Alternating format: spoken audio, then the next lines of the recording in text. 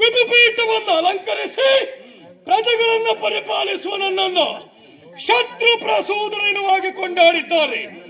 ವರ್ತಮಾನ ಕಾಲದ ಆಳ್ವಿಕೆಯಲ್ಲಿ ನೆಮ್ಮದಿಯ ಬದುಕನ್ನು ಪ್ರಜೆಗಳು ಕಟ್ಟಿಕೊಳ್ಳುವ ವ್ಯವಸ್ಥೆಯನ್ನು ಮಾಡಿಕೊಟ್ಟವ ಯಾರು ಕೇಳಿದ್ರೆ ಈ ಶತ್ರು ಪ್ರಸೂದನ. ದೇವಾನು ದೇವತೆಗಳ ದಾಳಿಗೆ ದಿಕ್ಕಟ್ಟು ದಂಗ ಮಾಡಿದು ದಮನಿ ಒಡೆದು ದಿಕ್ಕಾಪಾಲಾಗಿ ಚದುರಿ ಗುಹೆಯಲ್ಲಿ ಅಡಗಿ ಬದುಕನ್ನ ಸಾಗಿಸುತ್ತಾ ಇದ್ದವರು ಅನೇಕರು. ಎಲ್ಲರನ್ನ ಒಂದುಗೂಡಿಸಿದೆ. ರಿಪುಗಳನ್ನ ಹೊಸಕಿ ಹಾಕಬೇಕು, ಧೈರ್ಯ ತುಂಬುವುದಕ್ಕೆ ನಾನಿದ್ದೇನೆ ಎನ್ನುವ ವಿಶ್ವಾಸದ ಮಾತನ್ನಾಡಿದೆ.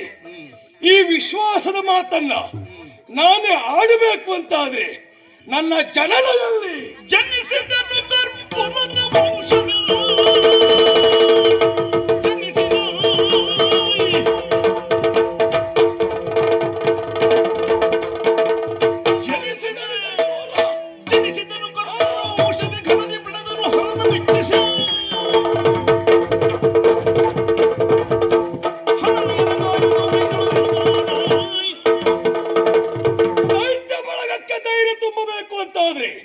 ನನ್ನ ಜನನಾದದಲ್ಲಿ ಜನಿಸಿದನು ಕರ್ಪೂರ ವಂಶಾದಿ ದೈತ್ಯ ಕುಲದ ಏಳಿಗೆಯನ್ನು ಕಾಡುವುದಕ್ಕಾಗಿ, ದೈತ್ಯ ಪಡೆಗೆ ಬದುಕನ್ನು ಕಟ್ಟುವುದಕ್ಕಾಗಿ ರಕ್ಕಸ ಕುಲದಲ್ಲಿ ಆವಿರ್ಭವ.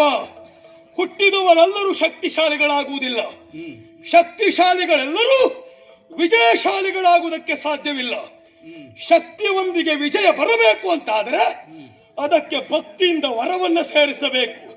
ಹಾಗಾಗಿ ಕಾಂತಾರವನ್ನು ಸೇರಿದೆ, ಹರನ ಕುರಿತು ಭಜಿಸಿದೆ. ಒಲಿದ ಹರನಲ್ಲಿ ಮರಣವೇ ಬಾರದಿರುವ ವರವನ್ನು ಕೇಳಿದೆ, ಆಗುವುದಿಲ್ಲ ಅಂತ ಹೇಳಿದ. ಹಾಗಾದ್ರೆ ಮರಣ ಹಾಗೆ ಆಯುಧ ಒಂದು ಯಾರ ಪ್ರಯಾಗವೂ ಇಲ್ಲದೆ ತಾನಾಗಿಯೇ ತನ್ನ ಸಮ್ಮುಖದಲ್ಲಿ ಪ್ರಕಟಗೊಂಡು ದುರವನ್ನು ಕೊಟ್ಟ ಆ ಕಾಲಕ್ಕೆ ತನಗೆ ಮರಣ ಎನ್ನುವ ಹಾಗೆ.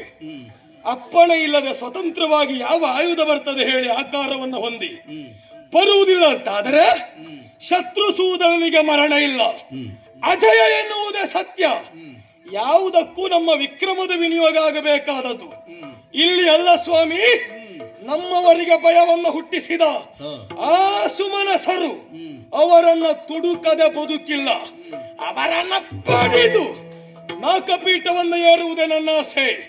ಅಮಿತವಾದ ಸೇನಾ ವಾರಿದಿಯನ್ನು ಕೂಡಿಕೊಂಡು ಸ್ವರ್ಗಲೋಕದ ಮೇಲೆ ಅಭಿಯೋಗ